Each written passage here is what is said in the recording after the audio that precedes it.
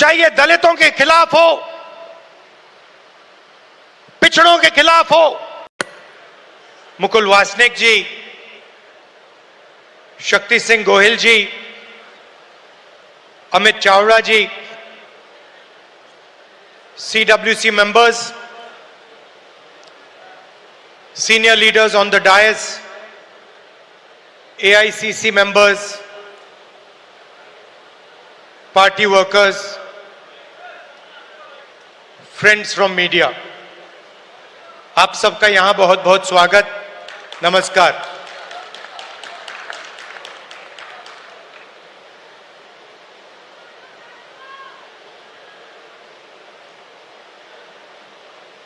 सौ साल पहले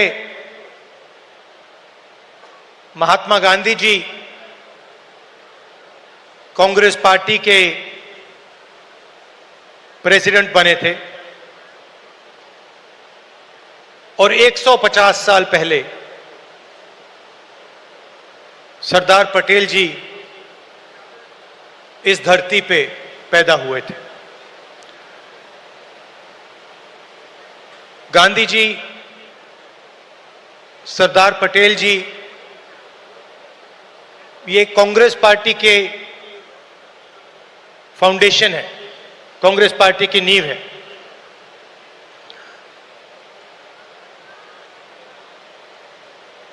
भाषण का मेरा एक प्लान था, मगर अजय लल्लू जी ने कुछ कह दिया तो अब मेरा प्लान डाइवर्ट हो गया है।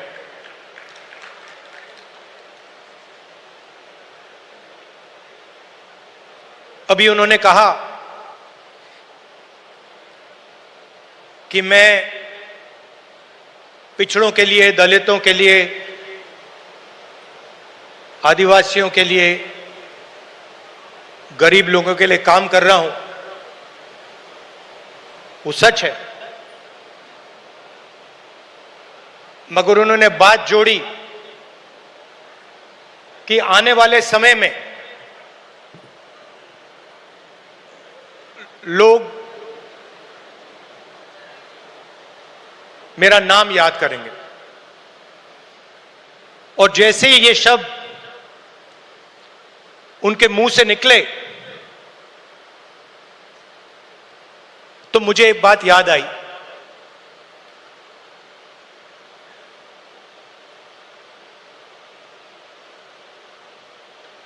कुछ साल पहले एक जर्नलिस्ट मेरे से मिलने आए। हिंदुस्तान के जाने हुए जर्नलिस्ट हैं।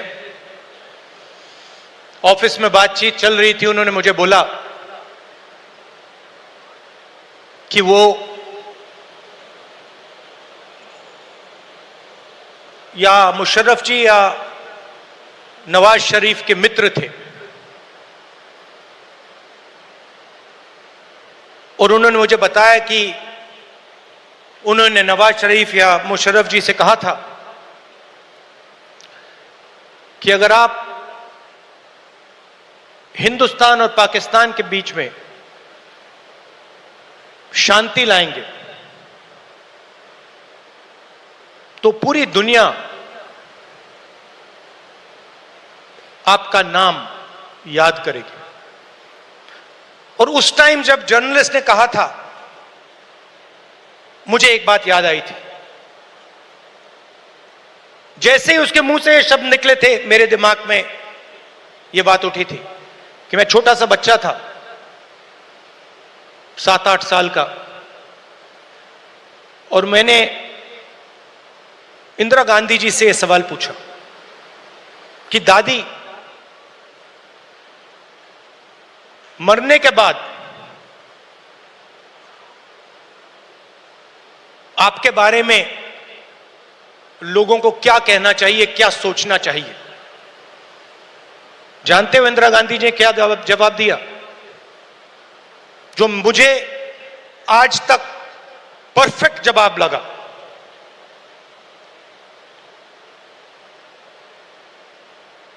उन्होंने कहा, राहुल, मैं अपना काम करती हूं, मरने के बाद लोग मेरा क्या सोचें क्या ना सोचें, मुझे कोई फर्क नहीं पड़ता है। मुझे इंटरेस्ट अपने काम से है, और अगर पूरी दुनिया मेरे मरने के बाद मुझे भूल जाए, वो भी मेरे लिए मंजूर है, अगर मैंने अपना काम पूरा किया। तो यही मेरी सोच है। लोग क्या सोचेंगे क्या नहीं सोचेंगे, मुझे कोई फर्क नहीं पड़ता। सच्चाई क्या है और मुझे क्या करना है, वो मैं करना चाहता हूं।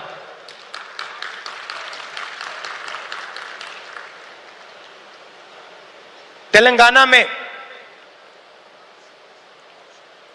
हमने एक क्रांतिकारी कदम उठाया, जाति जनगणना।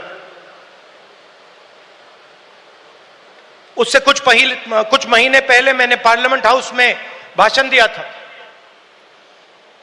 मोदी जी के सामने कहा कि मोदी जी आप जाति जनगणना कराइए,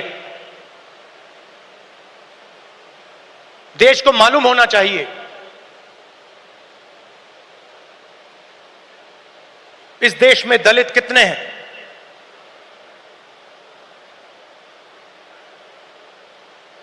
पिछड़ा वर्ग कितना है,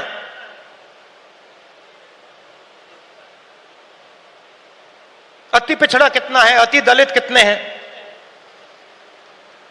आदिवासी कितने हैं, माइनॉरिटीज कितने हैं, गरीब जनरल कास्ट के कितने लोग हैं।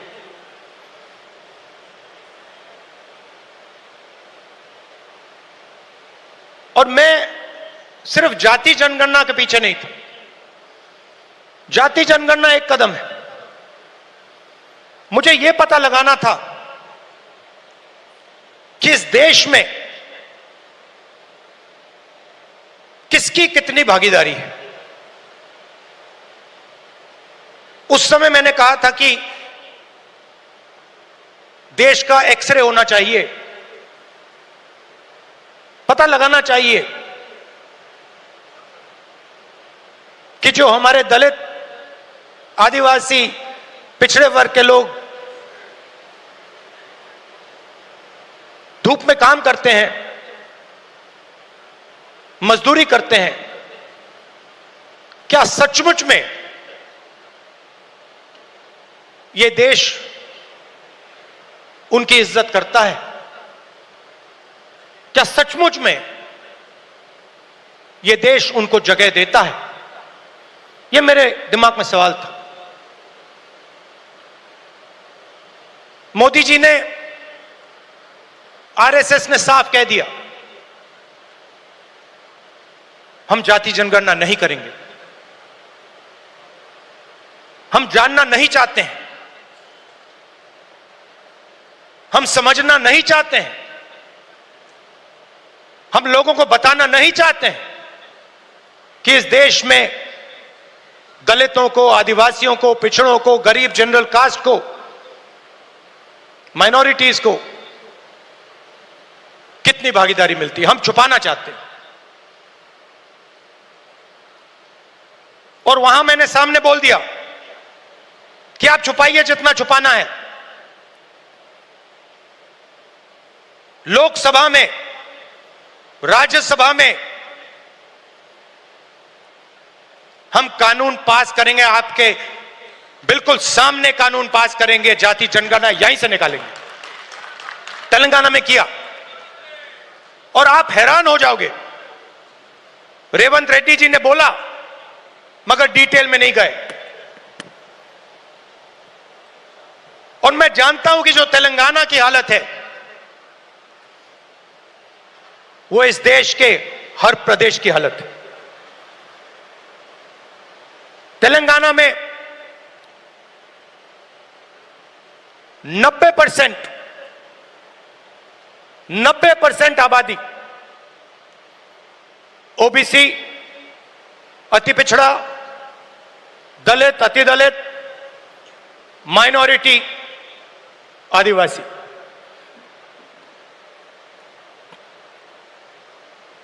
तेलंगाना का कॉर्पोरेट सेक्टर देखिए, मालिकों की लिस्ट सीईओज की लिस्ट, सीनियर मैनेजमेंट की लिस्ट, 90% में से आपको एक व्यक्ति नहीं मिलेगा।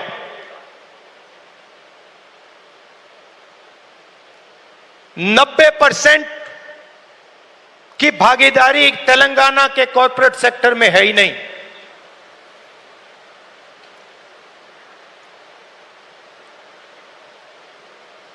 आजकल 21वीं सदी में मजदूर को गिग वर्कर कहा जाता है। वो घरों में खाना ले जाते हैं, घरों में खाना पकाते हैं, पिज्जा ले जाते हैं, अमेज़न की डिलीवरी ले जाते हैं, धूप में ले जाते हैं, सड़क पे मरते हैं। तेलंगाना में उनकी लिस्ट निकाली, सारे के सारे या ओबीसी या दलित या आदिवासी।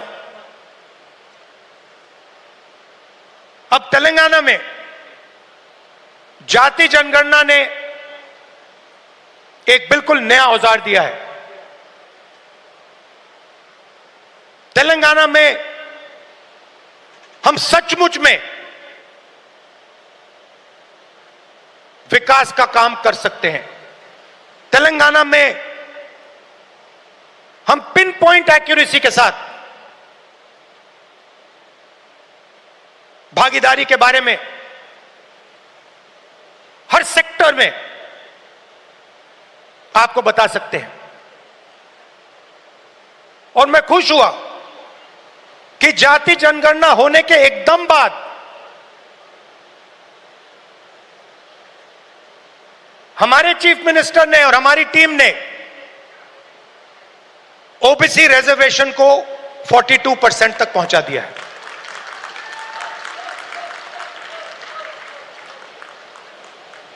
हम सुपर पावर की बात करते हैं, मगर जब धन की बात होती है, भागीदारी की बात होती है, कॉर्पोरेट इंडिया की बात होती है,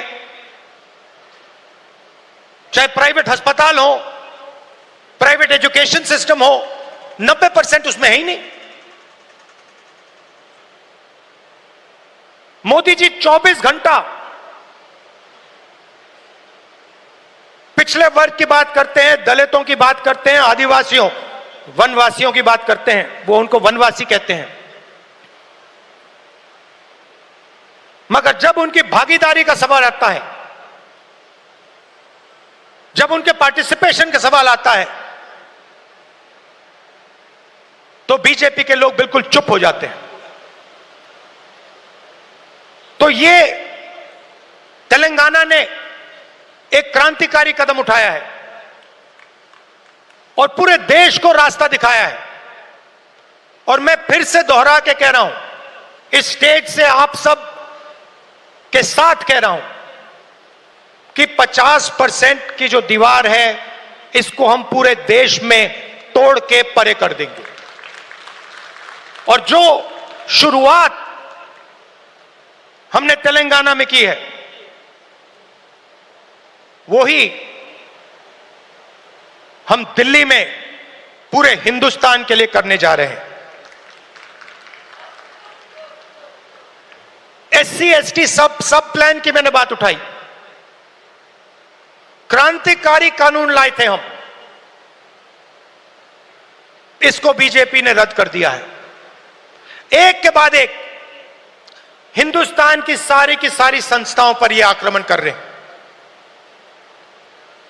जहां भी आपको पहले दलितों को, पिछड़ों को, आदिवासियों को, गरीब जनरल कास्ट को जहां भी पहले जगह मिलती थी, वो सारे के सारे दरवाजे एक के बाद एक बंद कर रहे हैं।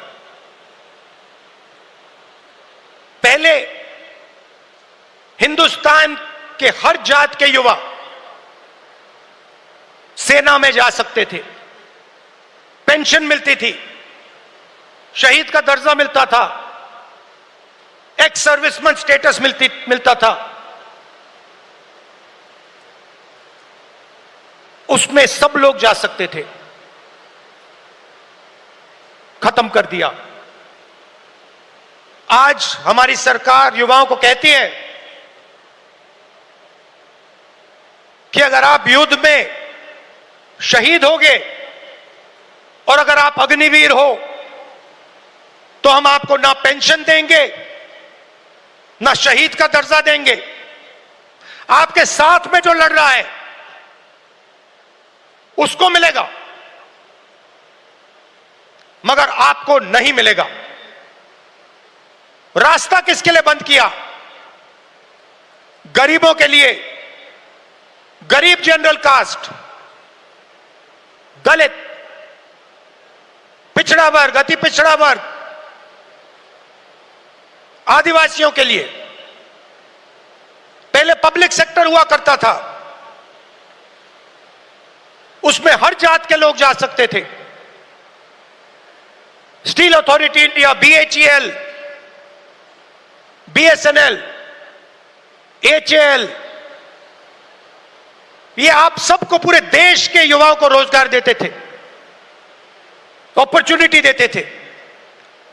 एक के बाद एक इनको बंद किया जा रहा है।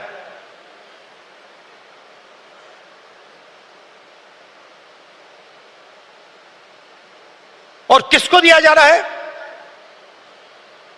अदानी और अंबानी को। आप अदानी जी की कंपनी की लिस्ट निकालिए, मैनेजमेंट टीम की लिस्ट निकालिए,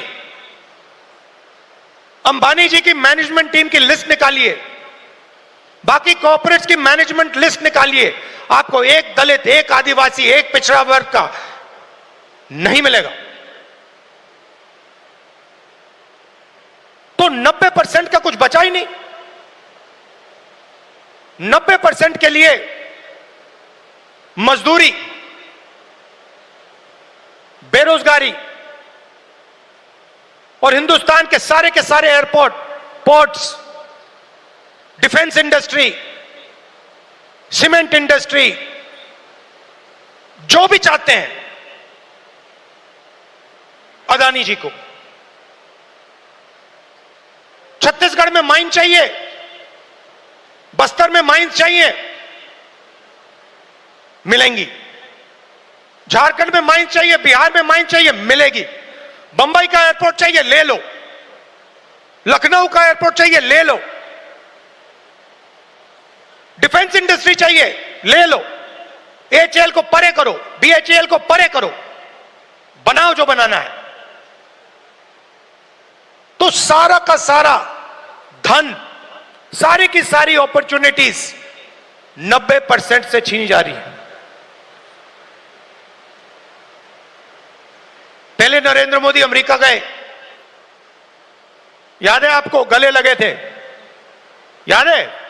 इस बार गले लगने वाली फोटो देखी आपने? देखी? कहां गायब हो गई? राष्ट्रपति ट्रंप ने ऑर्डर दिया, जिनको मोदी जी अपने मित्र कहते हैं, ऑर्डर दिया, सुनो, इस बार गले नहीं लगेंगे, इस बार नए टैरिफ लगाएंगे। चूं तक नहीं निकली, आज तक गायब है। जनता का ध्यान वहां ना चला जाए तो पार्लियामेंट में 2 दिन ड्रामा चलाया। मगर सच्चाई है कि आर्थिक तूफान आने वाला है। कोविड आया था, नरेंद्र मोदी जी ने थाली बजवाई, मोबाइल फोन की लाइट दिखवाई।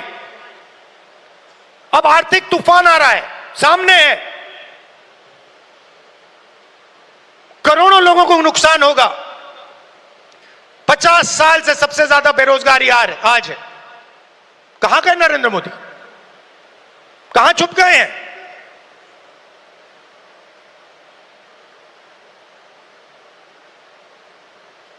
बांग्लादेश का राष्ट्रपति उल्टा बयान देता है और नरेंद्र मोदी जी उसके साथ बैठे हुए हैं, चुप, एक शब्द नहीं निकल आता मुंह से? कहां गई 56 इंच की छाती?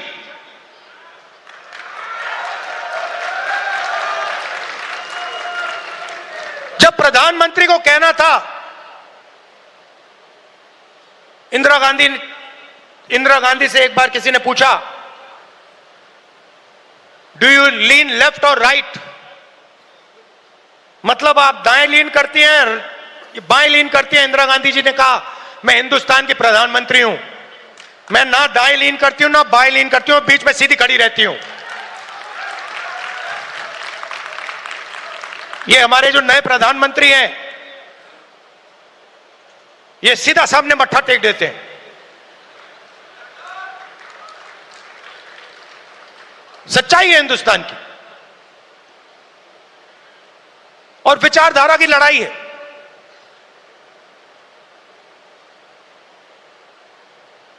आप लोग हो सेना, बब्बर शेर। किसी ने कहा राहुल गांधी भारत जोड़ो यात्रा में चला। मैं आपसे सवाल पूछना चाहता हूं, क्या आपके बिना राहुल गांधी भारत जोड़ो यात्रा में चल सकता था क्या? तो आपको कहना चाहिए, हम सब चले भारत यात्रा में और राहुल गांधी हमारे साथ चला था। आपकी शक्ति है, आपकी विचारधारा की शक्ति हमारी विचारधारा की शक्ति है, और देश आपको चाहता है। देश तंग आ गया है। आप देखना,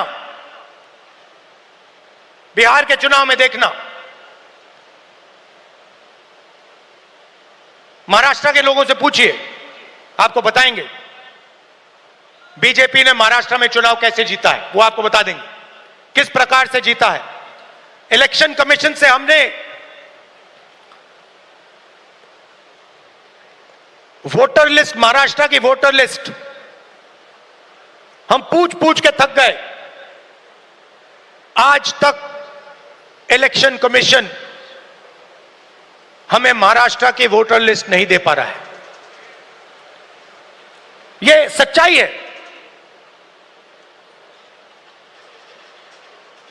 मगर आने वाले समय में यहां पे बदलाव आने वाला है। लोगों का मूड दिख रहा है। तो विचारधारा की लड़ाई है। आपकी विचारधारा है, गांधी जी की विचारधारा है।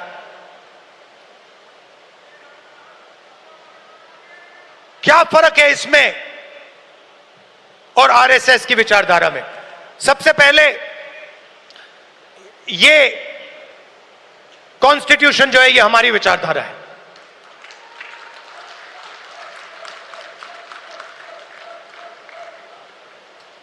इसमें गांधी जी की, अंबेडकर जी की, पटेल जी की, बुद्ध भगवान की, नारायण गुरु जी की, गुरु नानक जी की, कबीर जी की, बसवना जी की विचारधारा है। यह 70 साल पुराना डॉक्यूमेंट नहीं है, यह हजारों साल पुरानी सोच है, और यह आपकी है। आपके खून, आपके पसीने ने, कांग्रेस पार्टी के खून, कांग्रेस पार्टी के पसीने ने यह कॉन्स्टिट्यूशन देश के साथ बनाया है, और आज इस पर आक्रमण हो रहा है। संस्थाओं पर आक्रमण होता है। अग्निवीर, अदानी अंबानी को देश का पूरा धन, यह सब कॉन्स्टिट्यूशन पर आक्रमण हो रहा है। कॉन्स्टिट्यूशन में कहीं नहीं लिखा है कि हिंदुस्तान का पूरा धन 2-3 लोगों के हाथ में होना चाहिए। कॉन्स्टिट्यूशन में कहीं नहीं लिखा है कि हिंदुस्तान की हर संस्था में एक संगठन आरएसएस के लोग होने चाहिए। इस कॉन्स्टिट्यूशन में कहीं नहीं लिखा है कि हिंदुस्तान की सब यूनिवर्सिटीज के वाइस चांसलर आरएसएस के होने चाहिए। इस कॉन्स्टिट्यूशन में कहीं नहीं लिखा है कि हिंदुस्तान की दूसरी भाषाओं को, तमिल को, बंगाली को दबाया जाना चाहिए। कहीं नहीं लिखा है। मगर आरएसएस और बीजेपी रोज इस कॉन्स्टिट्यूशन पर आक्रमण कर रहे हैं और इनको सिर्फ कांग्रेस पार्टी रोक सकती है, बाकी पार्टियां नहीं रोक सकती हैं। आप देखना, क्योंकि यह विचारधारा की लड़ाई है। जिस पार्टी के पास विचारधारा नहीं है, क्लैरिटी नहीं है, वो बीजेपी आरएसएस के सामने नहीं खड़ी हो सकती। जिस पार्टी के पास विचारधारा है वो ही आरएसएस और बीजेपी का मुकाबला कर सकती है और वो ही आरएसएस और बीजेपी को हराएगी। और आजादी से पहले एक बात याद रखिए, भूलिए मत, आजादी में हम सिर्फ अंग्रेजों से नहीं लड़े थे, हम अंग्रेज और आरएसएस की विचारधारा के खिलाफ लड़े थे। ये सारे जो आरएसएस के लोग हैं, इनकी विचारधारा फ्रीडम स्ट्रगल की विचारधारा नहीं है। जिस दिन कॉन्स्टिट्यूशन लागू हुआ था, जिस दिन यह किताब लिखी गई थी, उस दिन इस कॉन्स्टिट्यूशन के खिलाफ आरएसएस ने रामलीला मैदान में इस कॉन्स्टिट्यूशन को जलाया था। सालों के लिए इस कॉन्स्टिट्यूशन में लिखा है कि हमारे देश का जो झंडा है वो तिरंगा होगा। सालों के लिए आरएसएस ने तिरंगा को सलूट नहीं मारा था। यह सच है। आज जो भी कहें, उनकी विचारधारा कॉन्स्टिट्यूशन के खिलाफ है। वो लोकतंत्र को खत्म करना चाहते हैं, वो हिंदुस्तान की सारी संस्थाओं को कंट्रोल करना चाहते हैं और अंबानी अदानी को हिंदुस्तान का पूरा धन पकड़ाना चाहते हैं। और हमारी विचारधारा कहती है कि यह देश हर जात का, हर धर्म का है, हर भाषा का है। इस देश की संस्थाएं, इस देश के इंस्टीट्यूशंस किसी एक संगठन के नहीं है, कांग्रेस पार्टी के नहीं है, इस देश की जनता के हैं और इस देश की जनता को उन इंस्टीट्यूशंस पर कंट्रोल होना चाहिए। यह लड़ाई चल रही है। कुछ दिन पहले बीजेपी ने लोकसभा में वक्फ बिल पास किया। वक्फ बिल फ्रीडम ऑफ रिलीजन पर आक्रमण है, कॉन्स्टिट्यूशन पर आक्रमण है।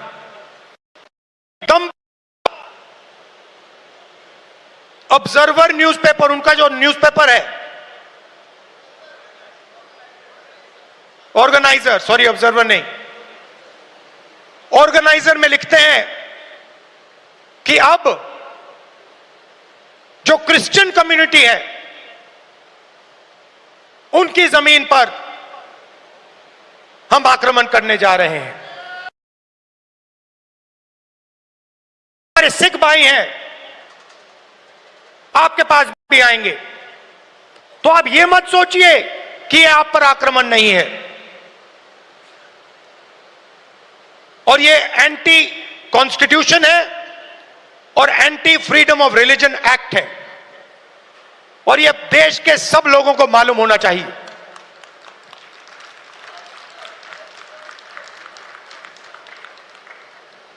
तो हम चाहते हैं कि हर कम्युनिटी, हर धर्म, हर भाषा को इस देश में इज्जत मिले, रिस्पेक्ट मिले, जगह मिले। हम चाहते हैं कि यह देश सब लोगों का हो, और हर धर्म, हर जात, हर भाषा को इस देश से फायदा मिले। यहां पीछे जूली जी हैं, कहां हैं आप? जूली जी कहां हैं? जूली जी टिकाराम जूली जी कहां है भाई? हाँ, जूली बुलाइए उनको।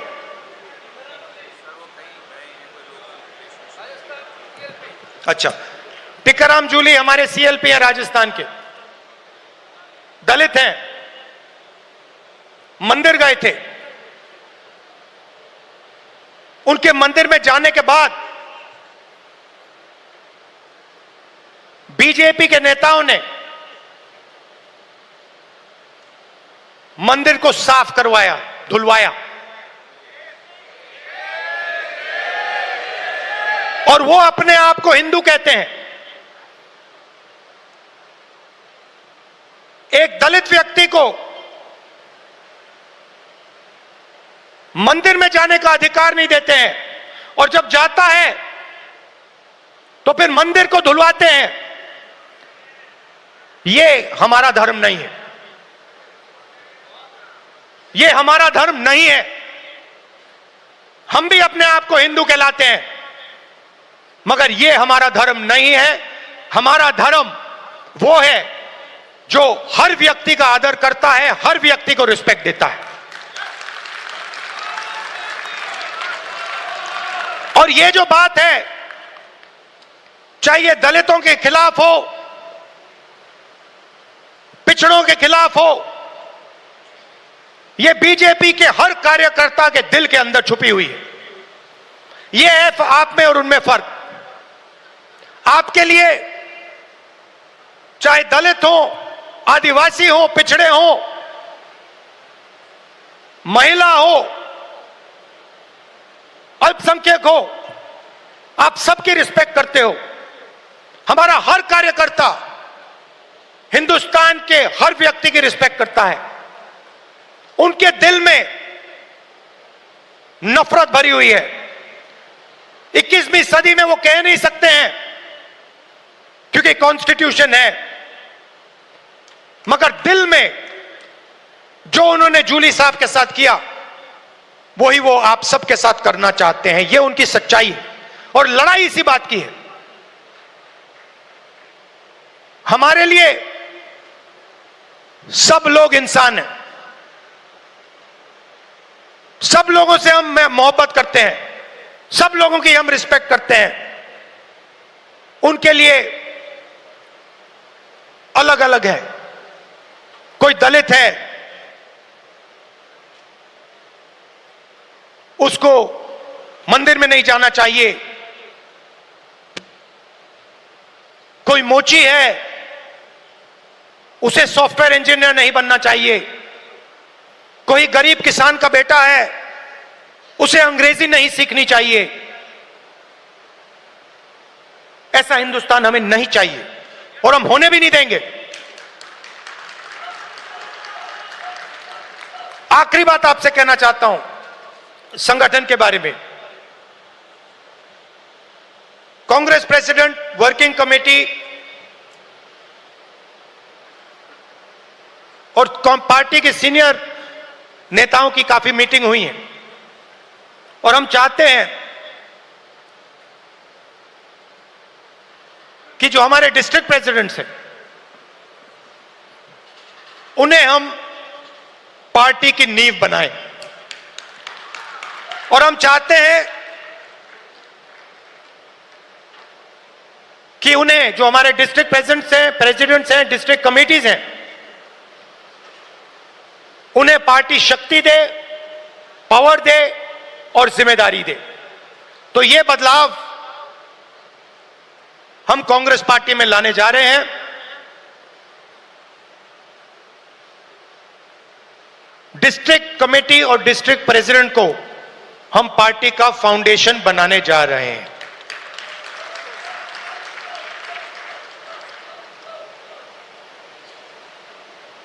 अंत में आप सबको लड़ना है, और मैं जानता हूं कि आसान नहीं है, क्योंकि उनके पास धन है, उनके पास हिंदुस्तान के सारे इंस्टीट्यूशंस हैं, उनके पास सब कुछ है, मगर जीत हमारी होगी क्योंकि हमारे पास सच्चाई है और देश की जनता का प्यार है। तो घबराने की कोई जरूरत नहीं है। आप देखना आने वाले समय में कांग्रेस पार्टी, बीजेपी और आरएसएस का क्या करने जा रही है। अब मुझे पीछे से कह रहे हैं कि जो हमारे साउथ के लोग हैं उनके लिए अंग्रेजी में बोलना है, तो थोड़ा सा मैं अंग्रेजी में बोलता हूं। Brothers and sisters, the fight is about the Constitution. This Constitution was prepared by the Congress Party, by the people of India, by Mahatma Gandhi, Ambedkar, Jawaharlal Nehru, Sardar Patel ji, Ambedkar ji. This Constitution is under attack. This Constitution is an ideological document that reflects the ideology of the Congress Party. It does not reflect the ideology of the Sangh Parivar or the RSS. And that is why they are intent on destroying this Constitution and capturing all the institutions that emerged from it.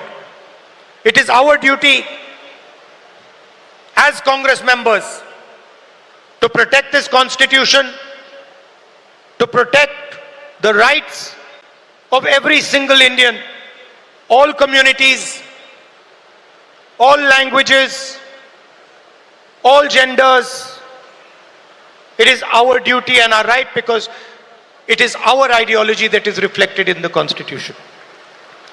The BJP and the RSS are attacking our institutional framework, and they think that just because they are in power, they have huge amount of financial capacity that nobody is going to resist them. They are absolutely wrong. The Congress worker and the Congress party and the large mass of India's people are going to fight for this Constitution and are going to defeat the RSS and the BJP. I also said that a few days ago, the BJP and the RSS attacked the freedom of religion. The Waqf bill and the article that appeared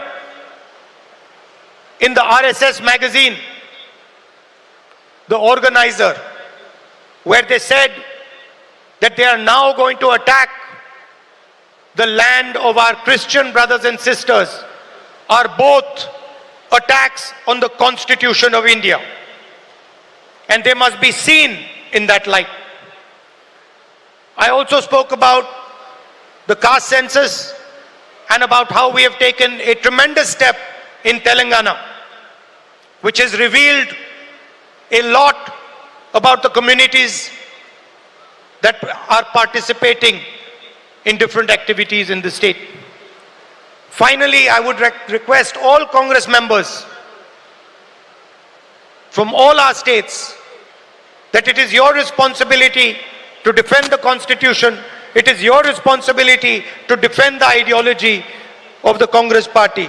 And I'm proud that you do it every single day against great odds. Thank you very much. Namaskar. बहुत बहुत शुक्रिया राहुल जी। जैसा आपने कहा, किसी के पास ताकत है, किसी के पास ईडी है, किसी के पास सीबीआई है, तो हमारे पास देश का संविधान है। और दोस्तों साथियों, अब इस कार्यक्रम को समापन की ओर ले जाते हुए मैं अनुरोध करूंगा हम सब के मार्गदर्शक कांग्रेस के अध्यक्ष आदरणीय मल्लिकार्जुन खड़गे साहब से कि वो अपना अध्यक्षीय भाषण और रिमार्क्स हमें देंगे। आदरणीय खड़गे साहब, जोर से मेरे साथ 2 नारे लगाएंगे। कांग्रेस पार्टी, हाथ ऊपर करके सारे साथी, कांग्रेस पार्टी, मल्लिकार्जुन खड़गे जी, सोनिया गांधी जी, राहुल गांधी जी। आदरणीय खड़गे साहब।